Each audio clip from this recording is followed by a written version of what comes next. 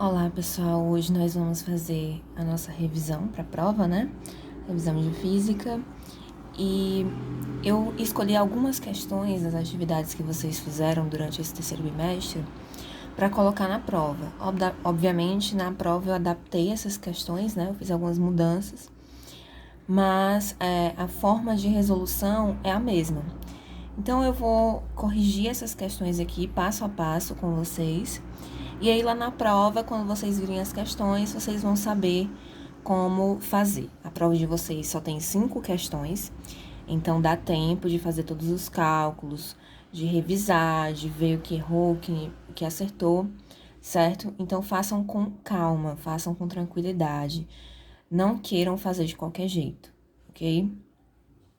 E a primeira questão que eu peguei foi a questão 19, da página 122. E ela diz o seguinte: um trenzinho de massa 1,2 vezes 10 elevado a 3 quilogramas, né? Então, esse aqui é a massa, parte do repouso. Quando a gente lê isso daqui em qualquer questão de física, parte do repouso significa que a velocidade inicial desse trem ou desse objeto qualquer era 0, certo? Então, a velocidade inicial desse trem era 0, ele partiu do repouso. E depois de 10 segundos, ele atingiu a velocidade de 36 km por hora. Então, a velocidade inicial era de 0 km por hora e a velocidade final é de 36 km por hora. Isso foi em quanto tempo? Em 10 segundos. Então, esse aqui é a variação do tempo, ok? E aí ele pergunta, qual a aceleração média para esse intervalo de tempo, para 10 segundos? Então, pessoal, é só aplicar a fórmula da aceleração média, né? Que é qual? A aceleração vai ser igual à variação da velocidade dividido pela variação do tempo. Então, qual foi a variação da velocidade aí, né? A aceleração vai ser igual à velocidade final menos a velocidade inicial, ok? Dividido pela variação do tempo. Quem foi a velocidade final? 36 km por hora. E a velocidade inicial, como nós já vimos, é 0. Então, e a variação do tempo é 10. Então, substituindo os valores, onde tem velocidade final, eu vou escrever 36. Onde tem velocidade inicial, eu vou escrever 0. E onde tem variação do tempo, eu vou escrever os 10 segundos. Pessoal, é o seguinte, quando a gente está calculando a aceleração, a velocidade e o tempo precisam estar nas mesmas unidades. Então, velocidade, para um tempo em segundos, ela tem que estar em metros por segundo, ok? Se o tempo estivesse em horas, como está a velocidade, eu não precisaria transformar. Mas como o tempo está em segundos, eu preciso transformar essa velocidade de quilômetro por hora para metro por segundo, ok? Então, para transformar 36 quilômetros por hora para metro por segundo, eu tenho que fazer o quê? Eu tenho que dividir por 3,6, ok? Então, para transformar esse valor de quilômetro por hora para metro por segundo, eu tenho que dividir esse 36 por 3,6. Então, vamos fazer isso. 36 dividido por 3,6 dá quanto? O que eu posso fazer nesse caso aqui, pessoal? Como tem uma vírgula aqui, no meu divisor, o que eu faço? Eu ando com uma casa com essa vírgula para a direita E aí ela some, né? Porque ela fica aqui no final do número. E aí vira 36 ao invés de 3,6, ok?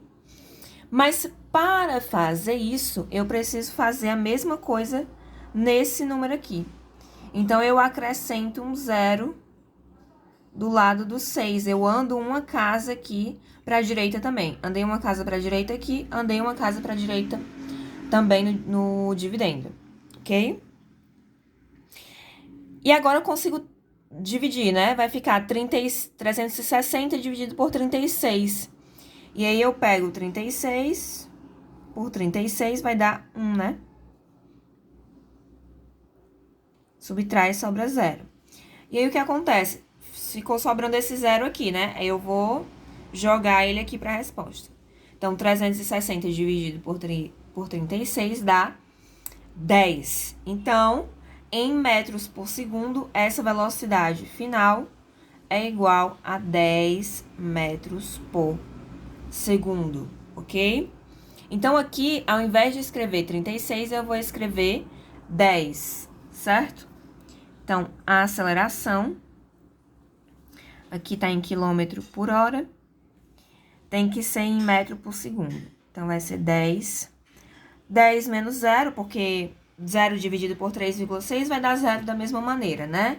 Então, 10 menos 0 dá 10, vai ficar 10 metros por segundo, dividido por 10 segundos.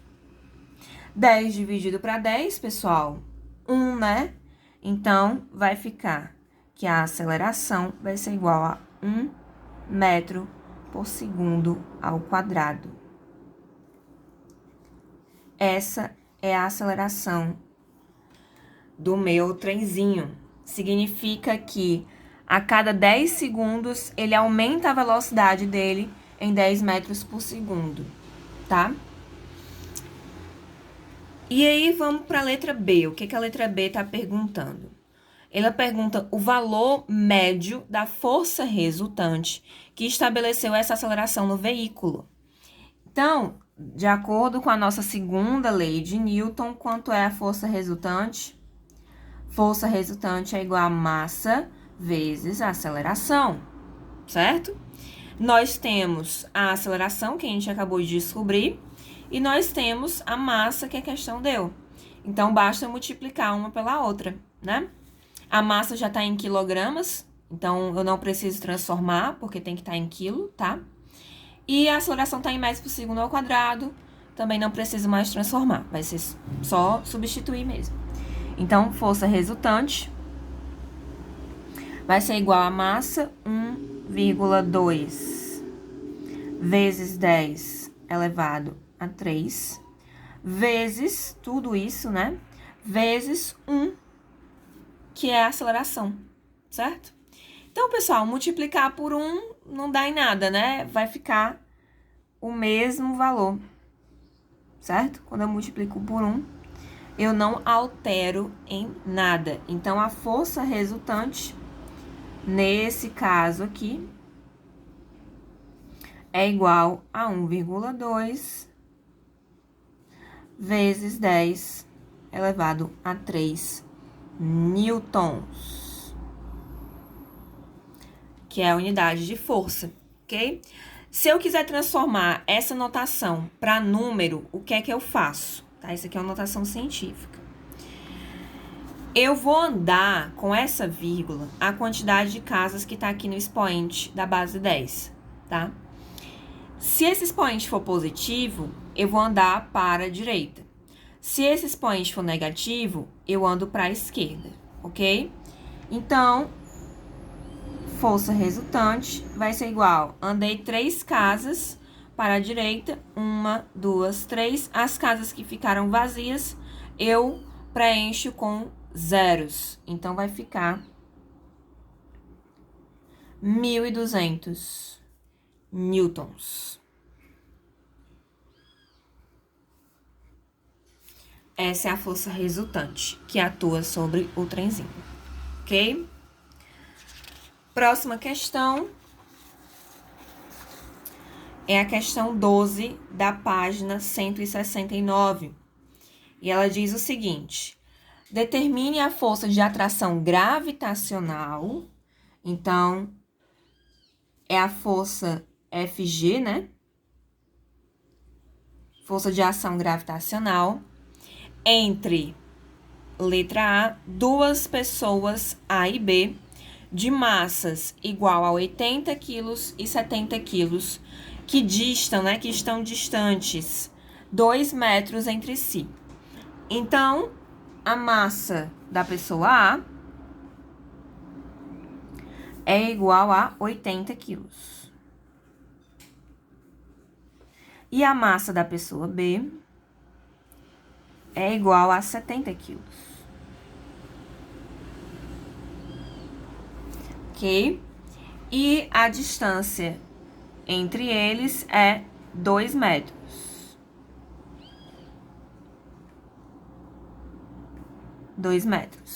Certo? E ele dá aqui que a constante gravitacional, né, universal, é igual a 6 vezes 10 elevado a menos 11. Então, pessoal, vamos só aplicar lá na nossa fórmula da força gravitacional, né, força de atração gravitacional.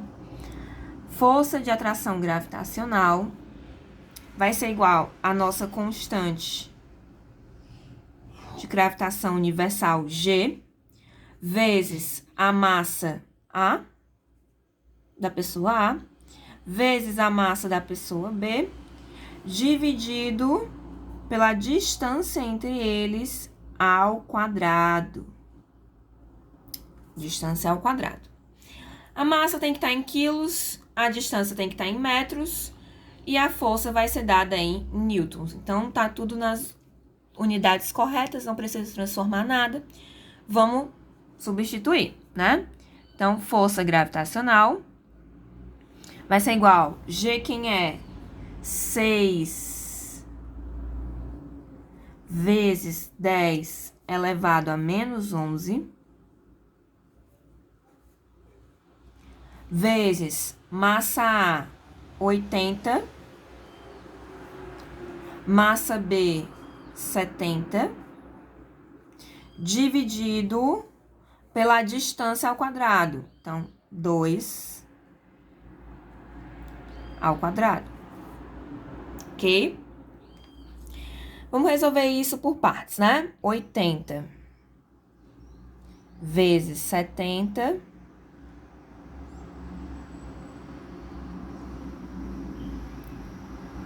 ele é quanto? 0 vezes 0, 0. 0 vezes 8, 0. 7 vezes 0, 0. 7 vezes 8, 56.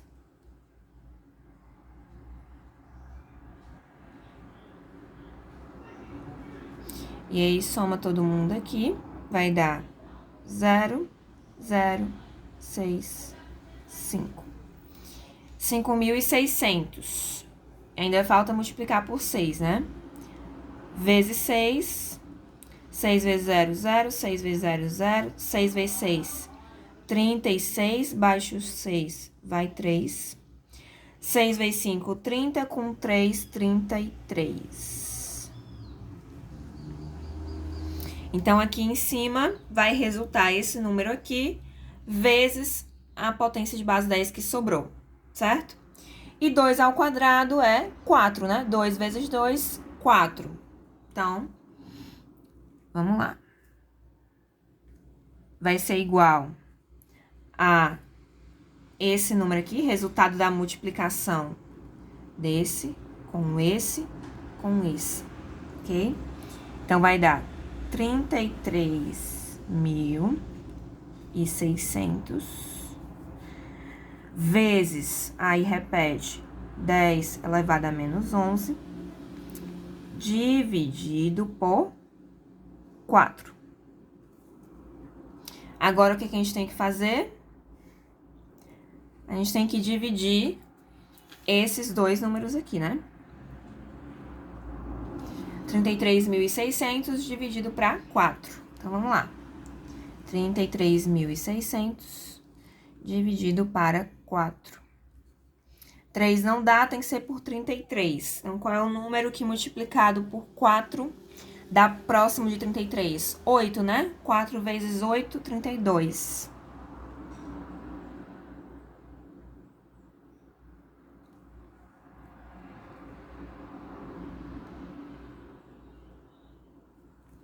Não é isso? 3 menos 1, ou 3 menos 2, 1, né? 3 menos 3, 0. Baixo 6. Qual é o número que multiplicado por 4 dá 16? O próprio 4, né? Então, fica 16. Subtrai, sobra 0. Esses dois zeros que ficaram aqui, a gente joga para a resposta.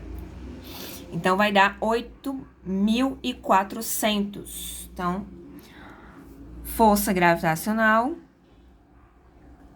vai ser igual a 8.400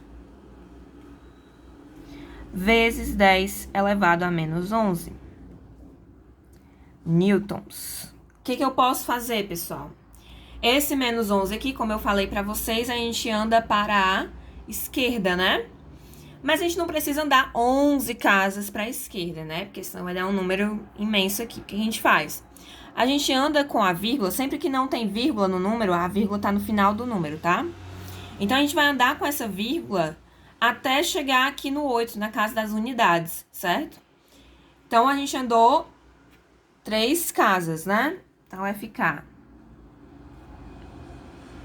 FG igual a 8, aí a vírgula veio parar bem aqui, vírgula 4. Os zeros eu não preciso escrever, tá? E agora, pessoal, aqui no expoente da base 10, como eu andei 3 casas, eu tenho que somar 3 aqui no expoente, tá? Sempre que eu ando para a esquerda, eu tô somando no expoente. Então, menos 11 mais 3 vai dar menos 8, né? Então, a força é igual a 8,4 vezes 10 a menos 8 newtons. É a força de interação entre essas duas pessoas. Essa força é muito grande ou muito pequena? Muito pequena, né? Como vocês viram, a gente tem que andar, ó, nesse caso aqui, 8 casas para a esquerda. Vai ficar um monte de zero aqui, 7 zeros, 0,0000084. Então, é por isso que as pessoas não saem por aí, umas sendo atraídas para as outras, né? Porque essa força de interação gravitacional, ela existe, porém, ela é muito fraca, como eu falei para vocês na videoaula, ok? Então, vamos para frente. Próxima questão. Questão 38 da página 137. Ela diz o quê? Um homem tenta levantar uma caixa de 5 quilos que está sobre uma mesa. Então, temos aqui a nossa mesa, muito feia, certo? Mas é uma mesa. E tem uma caixa de 5 quilos que tá aqui sobre essa mesa.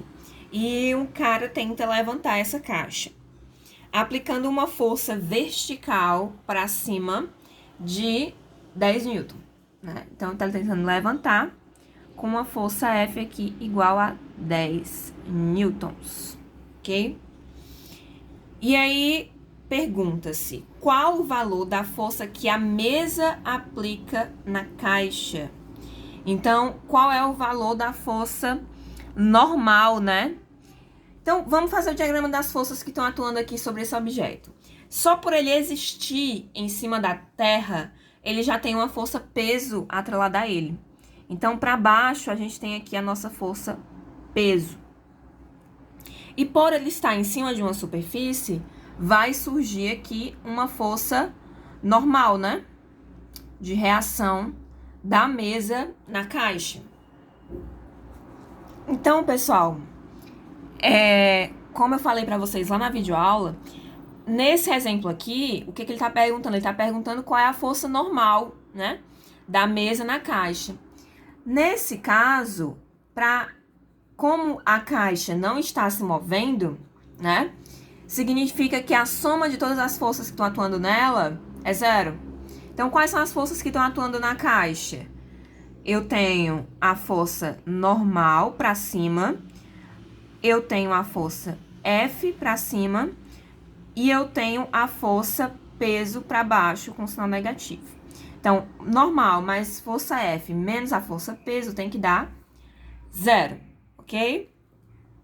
Então, vamos isolar essa força N aí para encontrar o valor dela. O que eu faço? Saio passando para o outro lado os outros dois valores. Força peso que está negativo vem positivo e a força F que está positiva vem negativa. Então, vai ficar aqui normal vai ser igual ao peso positivo menos a força F negativa.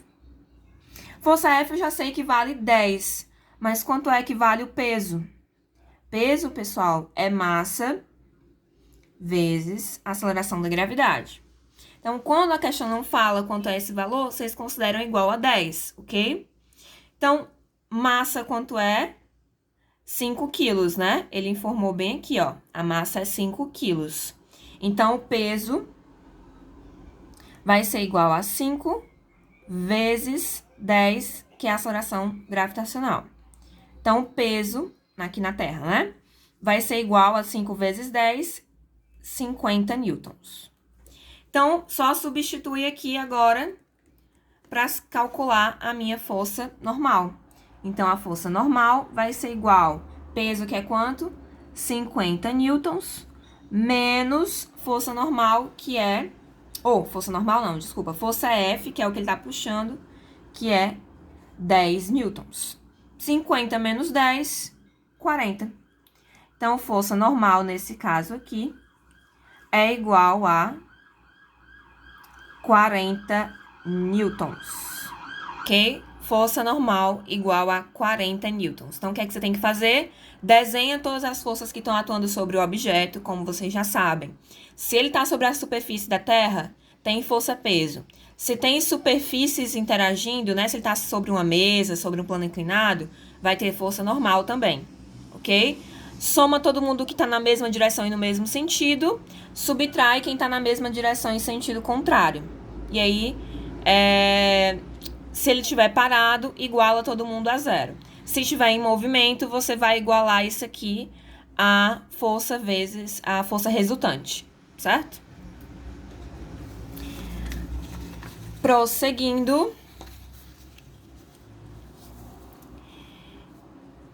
A próxima questão que eu peguei foi uma sobre plano inclinado, tá? E ela diz o seguinte: no esquema abaixo, sabendo que essa massa tem 20 quilos e a gravidade é 10 e alfa é igual a 30 graus, determine o módulo da aceleração do corpo, considerando o seno de 30 0,5 e o cosseno 0,86. Primeira coisa que eu faço numa situação de plano inclinado, de forças, eu tenho que desenhar as forças que estão agindo. Então, você vai pegar o seu lapisinho, sua caneta e vai desenhar. Nesse caso aqui, o que a gente vai fazer? A gente primeiro vai desenhar um plano cartesiano. Não precisa nem de régua, não. Faz bem simples mesmo. Orientado da forma que for mais fácil para mim. É mais fácil para mim orientar esse plano. Eu poderia fazer ele de acordo com o que tá aqui, ó, né? O eixo vertical para cima, o eixo horizontal aqui. O eixo X na horizontal, mas como é um plano inclinado, fica mais simples se eu colocar o meu eixo vertical Y aqui perpendicular à superfície do plano, ok?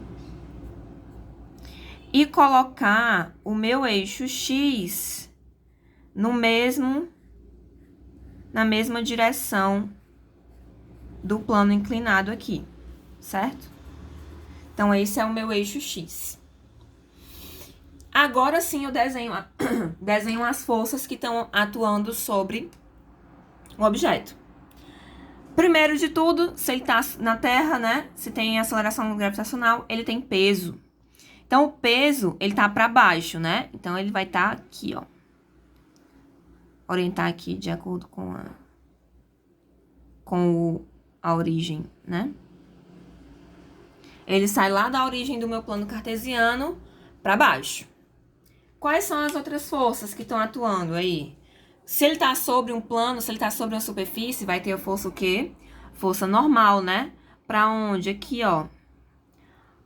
É perpendicular à direção da superfície. Então, se a superfície tá assim, ele vai estar assim, né? Força normal. Não tem atrito, então a gente desconsidera o atrito, né? Nesse caso aí. E aí, pessoal, qual vai ser a força resultante, né?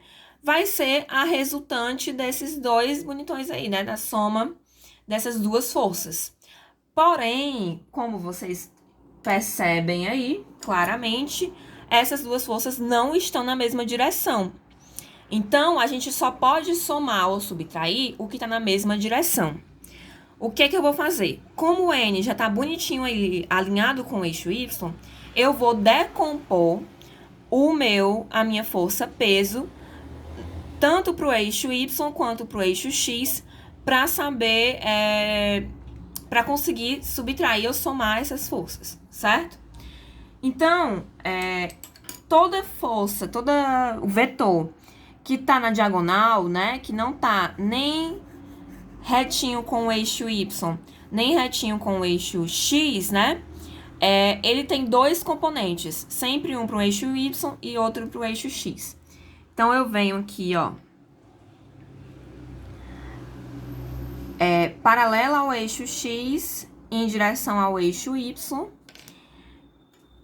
e da origem até o ponto de encontro, eu tenho o meu vetor P de Y.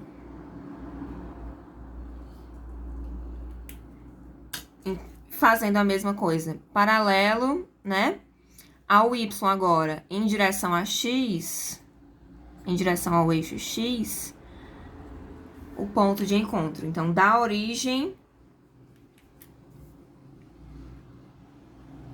até esse ponto, eu vou ter o meu vetor P de X, ok? E aí, pessoal, quem é, nesse caso, o P de X e o P de Y? A gente tem que considerar o ângulo. Esse ângulo aqui, pessoal, nessa situação, ele vai ser sempre igual a esse ângulo aqui, ó. Tá? Então, se aqui é alfa, aqui dentro também é alfa. E aí, o P de Y, como ele tá colado aqui no ângulo, ele vai ser igual ao módulo do peso vezes o cosseno desse ângulo alfa. E o P de X,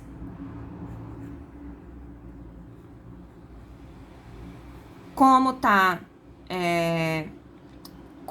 solto, né? Ele não tá colado, ele tá oposto ao ângulo, ele vai ser igual ao valor do peso vezes o seno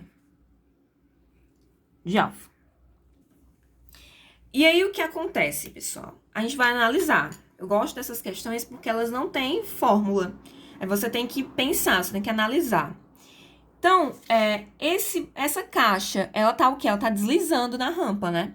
Ela não tem nenhum movimento nessa direção aqui, na direção do eixo Y.